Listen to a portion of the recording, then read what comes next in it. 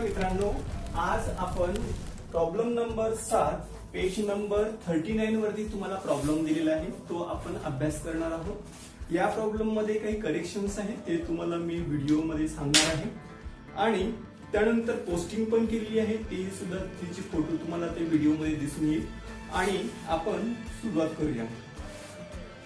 Sapre and Atre are partner sharing profit and losses equally. तर दोन partner आहेत, त्या पार्टनरचं नाव इथे मी लिहून ठेवलेलं आहे आणि त्यांचा रेशो आहे इक्वल म्हणजे 1:1। From the following trial balance, बाकीची इन्फॉर्मेशन सेम असते। From the following trial balance prepare trading and profit and loss account and balance sheet as on date of 31 March 2019। Okay, अशी इन्फॉर्मेशन जवळपास असते। तर आता आपल्याला जी काही जो काही ट्रायल बॅलन्स दिलेला आहे तो 4 कॉलमचा दिलेला आहे आणि आपण ऍडजस्टमेंट पण रीड करणार आहात आणि त्यानुसार हा प्रॉब्लेम सॉल्व्ह करणार। पहिल्यांदा आपण ऍडजस्टमेंट वाचून घेऊया। क्लोजिंग स्टॉक माहित आहे, ही इंडिपेंडेंट ऍडजस्टमेंट आहे। Depreciate land and building and plant and machinery, आपण लँड अँड बिल्डिंग आणि प्लांट अँड मशिनरी शोधायचे आणि टिक मार्क करणार आहात। त्यानंतर create bad debt at 5% on sundry debtors, इथे एक चूक होण्याची शक्यता तुमची। का? पहिल्यांदा तर सुद्धा तुम्ही आरडीडी कॅल्क्युलेट केला तर तुमचा प्रॉब्लेम चुकणार आहे। प्रॉब्लेम मध्ये हा फॉर्म्युला लक्षात ठेवा, माझा आडनाव लक्षात ठेवला ना तुमचा प्रॉब्लेम चुकणार नाही। का? BRD, पहिल्यांदा आपण बॅड डेट्स लेस करणार आहोत रिटर्न्स मधून आणि त्यानंतर आरडीडी लेस करणार आहोत आणि त्यानंतर आपण डिस्काउंट लेस करणार आहोत। परंतु पहिल्यांदा आजच्या प्रॉब्लेम मध्ये काय दिले तुम्हाला? आरडीडी दिलेलं आहे आणि नंतर तुम्हाला बॅड डेट दिलेलं आहे। सिक्वेन्स कसाही दिला असेल पण आपण तोच फॉलो करायचा, बॅड डेट नंतर आरडीडी, नाहीतर प्रॉब्लेम आपला चुकणार 100%। आणि आणखीन एक या ठिकाणी मुलं चुकत करू शकतात, अनरेकॉर्डेड सेल्स ही ऍडजस्टमेंट नंबर 4 दिलेली आहे। तर तसं न करता अगोदर आपल्याला पहिली दुसरी ऍडजस्टमेंट सॉल्व्ह केल्यानंतर चौथी करावं लागणार आहे आणि चौथी नंतर आपण तिसरी करणार आहोत। का? तर अनरेकॉर्डेड सेल्स झाल्यानंतर आपल्याला दाखवायचं आहे। नंतर म्हणजे हे UBRD म्हणजे काय? U म्हणजे अनरेकॉर्डेड सेल्स आणि त्यानंतर B म्हणजे bad debt, R for RD, D for discount, असं आपण दाखवू शकतो। ठीक आहे, आता आपण काय करूया, नाहीतर आणखी याच्यामध्ये एक येऊ शकलं असतं बघा, बिल्स रिसिवेबल डिसऑनर। ठीक आहे, तर मग हे UBBRD हे एक शॉर्ट फॉर्म का लक्षात ठेवायचं? कारण सिक्वेन्स चुकू नये। म्हणजे unrecorded sales, bills receivable disordered, नंतर B for bad debts, R for RDD, D for discount, तो UBBRD। तर बघा आता आपल्याला काय करायचंय, पुढचा भाग बघूया। काय सांगितलंय तुम्हाला? कॅरेजवर ऍडजस्टमेंट आहे, टिक मार्क करून घ्या। गुड्स अनरेकॉर्डेड आहे, ठीक आहे। तर अनरेकॉर्डेड सेल्स आणि अनरेकॉर्डेड परचेस आहे। तर तुम्हाला काय काय करायचं ते मी तुम्हाला सांगणार आहे। तर डेटर्सला 3 ते 4 लाईन सोडून द्या आणि त्यानंतर परचेसला आपण 2 वेळा टिक मार्क करणार, कारण अनरेकॉर्डेड परचेस आहे आणि रिटर्न पण आहे। रिटर्न या साईडला असतो, परचेस या साईडला आहे, परचेस रिटर्न या साईडला आहे, सेल्स या साईडला आहे, सेल्स रिटर्न या साईडला कुठेतरी आहे। तर मग आपण काय करणार आहात, हे सगळे बॅलन्सेसला टिक मार्क करून घेणार आहात आणि बॅड डेट्सला आणि डेटर्सला सर्वात जागा जास्त लागते। ठीक आहे, सुरुवात करूया। सन्ड्री डेटर्स, बॅलन्स शीटच्या असेट साईडला सन्ड्री डेटर्स येतात। तर सन्ड्री डेटर्स वरती भरपूर जागा म्हणजे लागणार आहे अमाऊंट, इथं आपण काय करूया, सन्ड्री डेटर्सची अमाऊंट लिहून ठेवूया। किती आहे तुमची? 40,000 रुपये। आता जागा किती लागणार आहे ते नंतर बघूया, वाटल्यास तुम्हाला जर वाटलंच तर इथं काय करा, मग हे बॅड डेट्स लिहून ठेवा। म्हणजे जागा किती सोडायची कळत नाही सर आम्हाला, सॉरी। तर बॅड डेट्सच्या अगोदर काय करा, मग इथं अनरेकॉर्डेड सेल्स, हे अनरेकॉर्डेड सेल्स आणि त्यानंतर परत जागा कशी म्हणजे अनरेकॉर्डेड सेल्स ऍड केल्यानंतर आपण काय लेस करणार आहात, बॅड डेट्स। बॅड डेट्स कोणते? न्यू। आणि जे काही लेस करून जी काही अमाऊंट येईल त्यामधून आपण लेस करणार आहात, काय लेस करणार? आरडीडी। हा सिक्वेन्स आपण लक्षात ठेवायचा, प्रॉब्लेम बघायचा आणि आपण एवढी लिहून ठेवायचं। का लिहून ठेवलं? जागा कमी जास्ती पडली ना तर मुलांचा प्रॉब्लेम चुकतो। ठीक आहे, आता आपण घेऊया परचेसेस। परचेसेस घ्यायचं नाही, आपण पहिल्यांदा काय घेणार आहात, ओपनिंग स्टॉक। प्रॉब्लेम मध्ये ओपनिंग स्टॉक जवळपास असतोच, नसला तरी डॅश करा पण लिहून ठेवा। नंतर काय लिहिणार आहात, परचेसेस। परचेसेस मध्ये किती? 65,000 रुपये। आता परत मी तिथं जसं लिहिलंय ना इथं लिहून ठेवणार आहे। काय काय लिहिणार आहे? लेस। रिटर्न लिहिणार आहे। आता रिटर्न जेव्हा येईल तेव्हा लिहिन मी, आता लिहिणार नाही का, प्रॉब्लेम चुकणार आहे। आणि त्यानंतर इथं लिहिणार आहे तुमचं अनरेकॉर्डेड परचेस। का? तर आपल्याला या ठिकाणी ते परचेस मध्ये परचेस काय म्हणून आपण अनरेकॉर्डेड परचेस ऍड करणार. प्रत्येक वेळेस मी शिकवण्याची टेक्निक चेंज करत असतो. का? कारण जेणेकरून तुम्हाला कोणती टेक्निक आवडेल ती तुम्ही फॉलो करू शकता.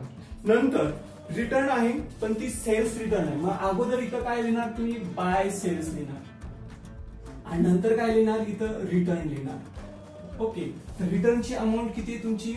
800 रुपये. तर इथं घ्या 800 रुपये. त्यानंतर ओपनिंग स्टॉक किती आहे? 18,000 रुपये.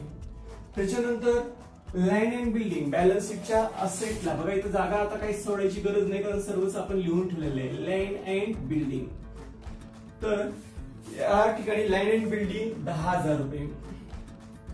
नंतर कॅरेज, हे ट्रेडिंग अकाउंटच्या डेबिटला टू कॅरेज. नंतर कॅरेजची अमाऊंट किती आहे तुमची? 1,200. इनरला काय ऍडजस्टमेंट आहे. नंतर रेंट, रेट्स, टॅक्सेस आपण काय करू? हा भाग ट्रेडिंग अकाउंट साठी करू आणि याच्या खालचा जो भाग आहे तो प्रॉफिट अँड लॉस अकाउंट साठी करू. काय? रेंट, रेट्स अँड टॅक्सेस इथं लिहा आणि अमाऊंट कुठे घ्या? आउटरला घ्या 1,000 रुपये. त्याच्यानंतर ड्रॉइंग्स, आता आपण काय केलेलं आहे? आजच्या प्रॉब्लेम मध्ये कॅपिटल अकाउंट केलेलं आहे. नाही केलं तरी चाललं असतं, पण जेव्हा प्रॉब्लेम मध्ये ड्रॉइंग्स असतात किंवा कॅपिटलशी रिलेटेड काही जरी ऍडजस्टमेंट असतील तर ते इथे घ्यायचं. अकाउंट केलेलं परवडणार आहे. का? तर आज ना उद्या तुम्हाला हे कॅपिटल अकाउंट शिकायचंच आहे. ऍडमिशन, रिटायरमेंट, डेथ मध्ये तुम्ही ह्या सगळ्या गोष्टी करणारच आहात. तर अगोदरच केलं तर काय? वेल बिगिन इज हाफ डन. अगोदर सुरुवातीपासून आपण चांगलं शिकलं तर काय वाईट आहे. त्यानंतर सॅलरीज आपण कुठे घेणार आहात? प्रॉफिट अँड लॉस अकाउंटच्या डेबिटला. सॅलरीची अमाऊंट किती आहे? 3,200. बॅड डेट्स, आता परत बघा इथे मी काय करणार आहे तुमचं, हे बॅड डेट्स एकूण किती आहे तुमचे? 1,000 रुपये. आणि हे जे बॅड डेट्स आहे आता घेत असताना आपण इथं काय लिहिणार आहात? ओल्ड. त्याच्यानंतर आपण काय ऍड करणार? बॅड डेट्सच ऍड करणार. पण कोणते बॅड डेट्स ऍड करणार? न्यू. आणि जे काही येईल त्यामध्ये परत आपल्याला एक ऍड करायचं आहे, ते म्हणजे आरडीडी. कोणती आरडीडी? जी आपल्याला ऍडजस्टमेंट मध्ये लिहिली असते ती. लेस करून हे ऍड करून जी काही अमाऊंट येईल त्याच्या खाली इथे एक लाईन सोडायची आणि इथं लिहायचंय तुम्ही आरडीडी, पण ती कोणती? ओल्ड. आणि नंतर मग आउटरला घ्यायचं. सर इतकं लिहायची गरज काय? जागा तुम्ही चुकता, जागा सोडायला तुम्ही चुकता. आणि काही मुलं काय म्हणतात मग लिहूनच ठेवतात. मग कदाचित प्रॉब्लेम मध्ये बॅड डेट्स एकच असतो, त्यावरती कोणतीच ऍडजस्टमेंट नसते. मग एवढी जागा आणि एवढा वेळ तुमच्यासाठी खूप महत्वाचा आहे. त्यामुळे don't make any mistake. Don't write down any unnecessary information in your exam. तर बघा पुढचा जो भाग आहे तो आपला काय? मशिनरी. आपण काय करू? इथं घेऊया मशिनरी. मशिनरीची अमाऊंट किती आहे तुमची? 25,000 रुपये. त्यानंतर ऍडव्हर्टाइजमेंट आपण कुठे घेणार आहोत? प्रॉफिट अँड लॉस अकाउंटच्या डेबिटला. हे ऍडव्हर्टाइजमेंटची अमाऊंट किती आहे? 4,000 रुपये. कुठे घ्यायचं आपल्याला? आउटरला घ्यायचं. त्याच्यानंतर प्रोव्हिडंट फंड इन्व्हेस्टमेंट आपल्याला काय सांगितलेलं आहे? हे प्रोव्हिडंट फंड इन्व्हेस्टमेंट बॅलन्स शीटच्या कुठे घेणार? असेट साइडला घेतलेलं आहे 18,500. ओके. त्याच्यानंतर आपल्याला काय करायचंय बघा, आता क्रेडिट साइड, डेबिट साइडची बॅलन्सेस आपण डेबिटलाच घेतलेत. Trading account debit, profit and loss account debit, balance sheet asset side, आणि ही सुद्धा डेबिट साइड आहे. फक्त रिटर्न लेस केले, लेस करतो म्हणजे तो डेबिटला परिणाम झाला. आता आपण काय करणार? सेल्स. सेल्स म्हणजे काय? 85,000 इथं घेणार आहात आपण. त्याच्यानंतर सन्ड्री क्रेडिटर्स. सो आता इथं हे अकाउंट तयार केलेलं आहे, म्हणजे आपण काय करणार? इथं पार्टनर्स कॅपिटल अकाउंट्स म्हणणार, आणि हे सपरे आणि हे अत्रे, आणि त्याच्यानंतर आपण इथे लिहू शकता सन्ड्री क्रेडिटर्स. हे जे काही अमाऊंट येईल डायरेक्ट आपण इथे लिहू आणि आउटरला लिहू. सन्ड्री क्रेडिटर्स वर ऍडजस्टमेंट आहे त्यामुळे ते इनरला घ्या. त्याच्यानंतर सन्ड्री इन्कम इथं घ्या, बाय सन्ड्री इन्कम. तर ह्या किती आहे सन्ड्री इन्कम तुमचं? बघू शकता 2,000 रुपये. नंतर पुढे कॅपिटल दिले 35,000. तर या साईडला घ्या, बाय बॅलन्स ब्रॉट डाऊन. आता काही मुलं काय म्हणतील, सर तुम्ही सोपा प्रॉब्लेम अवघड करून सांगता. अगदी चुकीचं. का? कारण मी खूप लांबचा विचार करतो. तुम्हाला ऍडमिशन रिटायरमेंट डेट मध्ये तुम्हाला कॅपिटल अकाउंट कंपल्सरी करायचं आहे, तर इथं लिहिताना काय लिहितात सुरुवातीला बॅलन्स, ते तुम्हाला माहितच पाहिजे. त्यामुळे ज्या गोष्टी स्टँडर्ड आहेत ना त्या स्टँडर्डच ठेवल्या पाहिजे आणि आपल्याला जर अवघड प्रॉब्लेम आला तरी तो सॉल्व्ह करता यावा म्हणून मी तुम्हाला कॅपिटल अकाउंट तयार करून दाखवलेलं आहे. त्यानंतर सप्रे आणि यात्रे झालं. प्रोव्हिडंट फंड आता हा क्रेडिटला दिलाय म्हणजे तो बॅलन्स शीटच्या लायबिलिटी साइडला येणार. प्रोव्हिडंट फंड किती रुपये? 10,000. हा भविष्य निर्वाह निधी असतो, तो निधी आपण कर्मचाऱ्यांना देणं असतो म्हणून ही लायबिलिटी झाली. असेट का?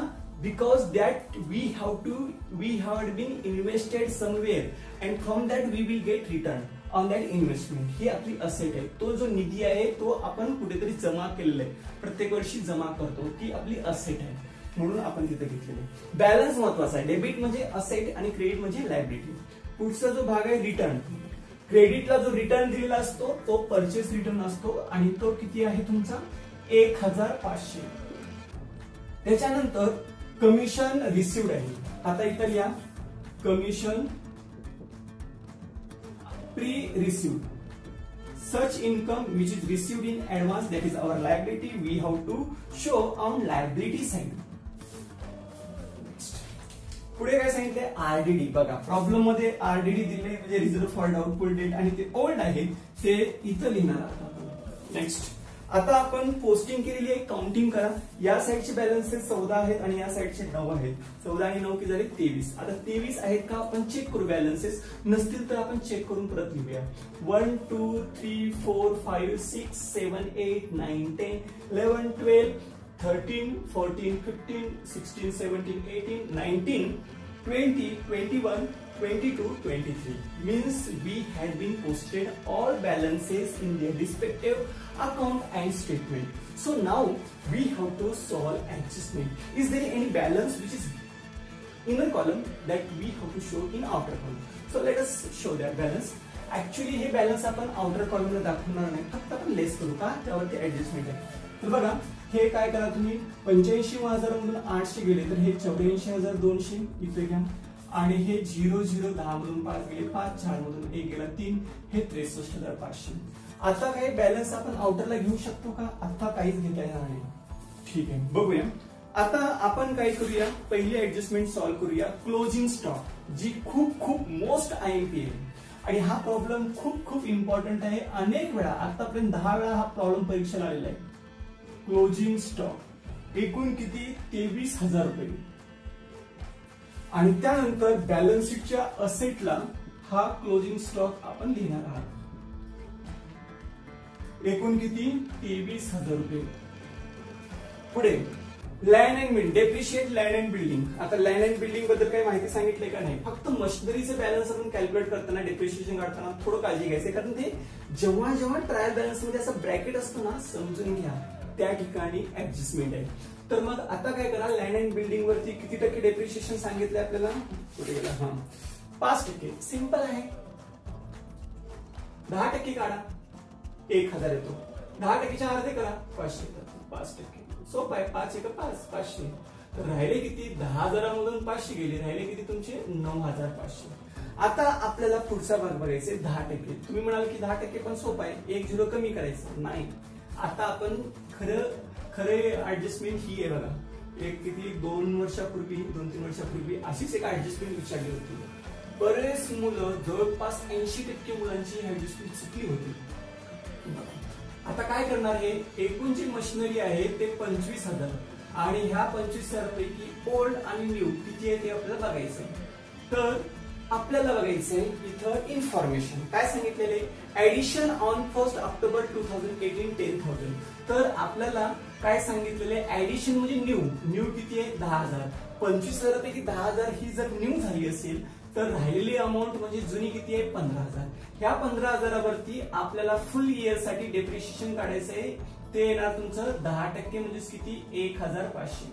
आता ह्या 10,000 वरती आपण डेप्रिशिएशन काढताना this machinery purchase addition on 1 October 2018.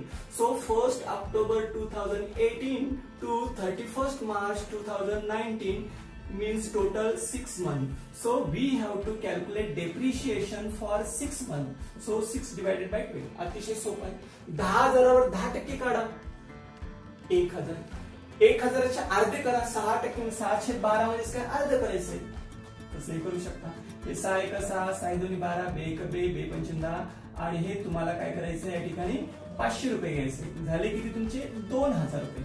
तर इथून लेस करताना आपल्याला काय करायचंय depreciation at the rate of 10%. He adjustment अतिशय महत्वाची आहे बघा. तुम्हाला पुढच्या टॉपिक मध्ये सुद्धा युजफुल आहे. आता हे जे दोन्ही पण अमाऊंट आहेत डेप्रिशिएशनच्या ते आपण इथं घेऊया. हेडिंग लिहूया पहिल्यांदा डेप्रिशिएशन आणि लँड अँड बिल्डिंग एकूण किती 500 रुपये आणि त्याचप्रमाणे मशिनरी किती 2,000 रुपये आणि झाले किती हे 2,500 रुपये. ठीक आहे. नंतर आता आपल्याला काय करायचंय पुढची ऍडजस्टमेंट बघायची. पुढची ऍडजस्टमेंट नंबर 3 मी घेणार नाही. 4 नंबरची ऍडजस्टमेंट घेणार. का? कारण का आपल्याला इथं सिक्वेन्स काय सांगितलेलं आहे बॅड डेटची ऍडजस्टमेंट कॅल्क्युलेट करण्याच्या अगोदर ओके अनरेकॉर्डेड सेल्स. तर मग आपल्याला चौथी ऍडजस्टमेंट काय सांगितलेली आहे unrecorded sales. Goods worth ₹3,000 sold but no entry was found in the books of account.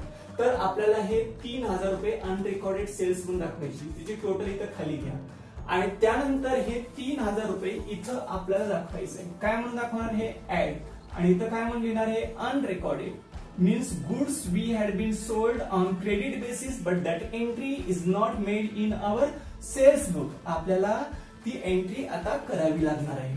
तर मग आउटरला ह्याचे बॅलन्स घेऊ शकता काही अडचण नाही 87,200. त्याच्यानंतर आता आपल्याला काय करायचंय बघूया. ही बॅलन्स आउटरला घेता येणार नाही कारण अजून बी आता तर तुमचा काय झाला अनरेकॉर्ड झाला. आता काय बॅड डेट बघूया. आता तिसरी adjustment create provision for bad and doubtful debts 5%. आता नाही घेणार. And write off 1,000 for bad debt. पहिल्यांदा 1,000 रुपये बॅड डेट लेस करा आणि इथं लिहा 42,000. आता काय करायचंय ह्या 42,000 वरती आपल्याला आरडीडी काढायचे. का? हा हे बघा साधं सिंपल लॉजिक आहे. 42,000 10% म्हणजे 4,200 आणि 5% म्हणजे किती येणार 2,100. तर इथं घ्या हे 2,100. कुठे घेणार तुम्ही आउटरला घेणार आणि आउटरला घेऊन या ठिकाणी अमाऊंट दाखवा 39,900. ठीक आहे. आता काय करायचं आहे हे बॅड डेट आणि आरडीडी इथं दाखवा. बॅड डेट किती आहे तुमचं 1,000 रुपये आणि आरडीडी किती आहे तुमचं 2,100 रुपये. झाले किती हे 4,100 रुपये. 0 हे 11 मधून 4 गेले. ओके एक मिनिट आरडीडी लेस करायचे का हो 11 मधून 4 गेले 7 राहिले आणि 3,700.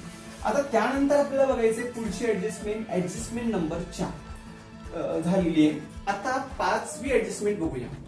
आउटस्टँडिंग कॅरेज इथं घ्या. कॅरेज मध्ये आपल्याला काय करायचं ऍड करायचं हे आउटस्टँडिंग कॅरेज किती रुपये 500 रुपये. तर 1,700 आणि इथं घ्या हे आउटस्टँडिंग कॅरेज किती रुपये 500 रुपये. ओके पुढे त्यानंतर goods worth ₹8,000 purchase on 31st March 2019 but not recorded in and included in closing stock but not recorded in purchase book. म्हणजे आपण at the end of the accounting year we had been purchased goods on credit basis but that entry we had not been recorded in our purchase book. So that time purchase, if we are going to purchase goods on credit basis means we are going to buy goods on credit. So we had to be add that unrecorded purchase. आपल्याला unrecorded purchase कुठे add करायचंय इथं add करायचंय कारण आपण यांच्याकडून माल खरेदी केलाय म्हणजे यांची लायबिलिटी वाढली त्याचा खर्च पण वाढतो आपला. तर अनरेकॉर्डेड एकूण किती रक्कम आहे तुमची 8,000 रुपये. हे घ्या. तर हे 31,000 रुपये बाहेर घ्या. आता काय करा पुढचा भाग हे 8,000 रुपये इथे ऍड करा. ओके हे 0 हे 5 8 आणि 3 11 झाले 1 हे 71,500 रुपये आपण घ्यायचे. तर आता आपल्याला शेवटची ऍडजस्टमेंट आपण केलेली आहे. ठीक आहे, आपण बॅलन्सेस काउंट करून बघा. जर काही राहिलं असेल तर आपण सांगा, वाटत नाही काय राहिलं असेल तर आपण काय सॉल्व्ह करण्यास घेऊया.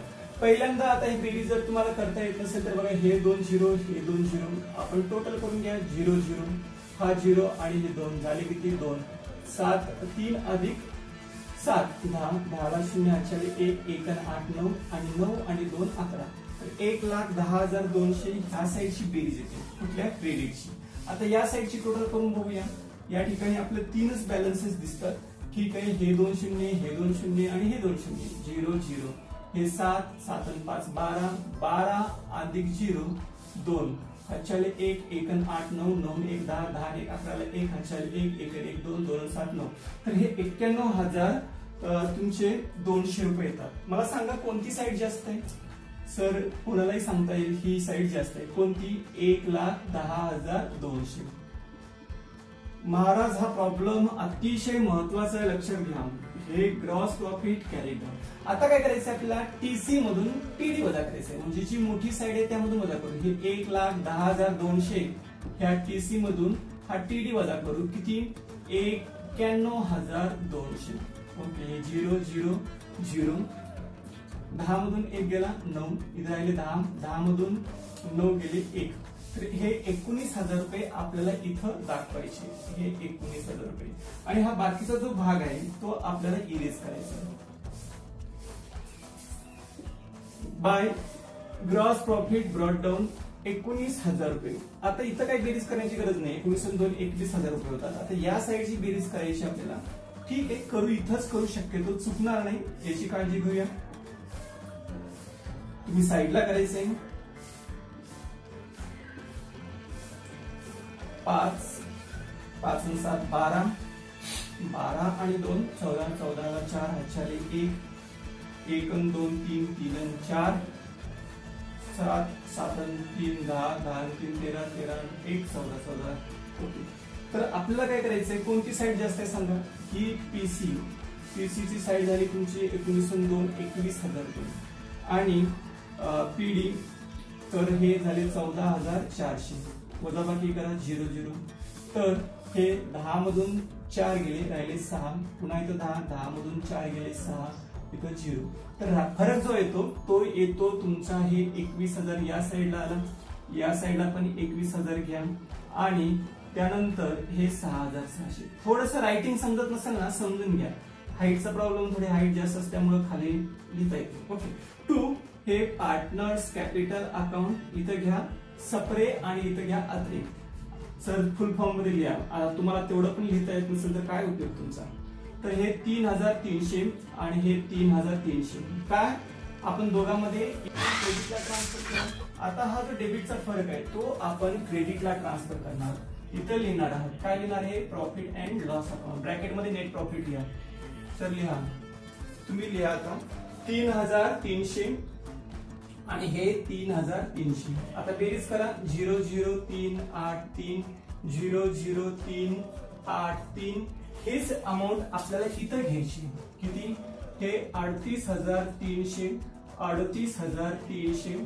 तर ह्या 38 मधून 3 गेले म्हणजे हे 38,300 मधून आपल्याला किती वजा करायचे, हे 3,000. तर हे झाले 35,300. 35,300. इथून सुद्धा तसंच वजा करा. हे 36,300. तर काय करा, याला म्हणायचं टू बॅलन्स कॅरीड ऑन. हा क्लोजिंग बॅलन्स आहे आणि तो क्लोजिंग बॅलन्स आपल्याला इथे घ्यायचं. कुठं, या ठिकाणी घ्या. डायरेक्ट आउटरला घेऊ का, घेतलं तर चालेल, काही हरकत नाही. तर बघा सप्रेचे किती, 35,300 आणि हे 36,300. ऍक्च्युली माझा हेतू असा आहे, मागील 10 वर्षांमध्ये मावळ तालुक्यामध्ये सर्वप्रथम येण्याचा मान माझ्या विद्यार्थ्याला भेटलेला आहे आणि हेच नॉलेज सर्वांपर्यंत पोहोचवण्याचा प्रयत्न मी करावा, हा माझा मेन हेतू आहे. तुम्ही काय करा, जास्तीत जास्त ह्या व्हिडिओ शेअर करा, जेणेकरून अगदी गरीबातल्या गरीब मुलांना सुद्धा याचा फायदा झाला पाहिजे. कोरोनामुळे अक्षरशः काही घरं उद्ध्वस्त झालेत, कुटुंबातल्या सर्व सदस्यांचा मृत्यू झालेला आहे. म्हणजे अक्षरशः काही लोक रस्त्यावर आलेले आहेत. अनेक व्यावसायिक लाखांचा बिझनेस बुडालेला आहे. तर अशा वेळेस आपण जर ऑनलाईन पद्धतीने शिक्षण घेऊन जर तुम्ही तुमचं ज्ञान वाढवत असाल आणि तुम्ही तुमच्या पायावर उभं राहत असाल तर ती गोष्ट खूप खूप चांगली असणार आहे. मी जर तुमच्यासाठी 1% जरी कामासाठी येत असेल तर मी स्वतःला खूप भाग्यवान समजणार आहे. So thanking you. Please like, share and subscribe my channel. तर आपण काय करणार, हे टोटल करणार 1,13,900.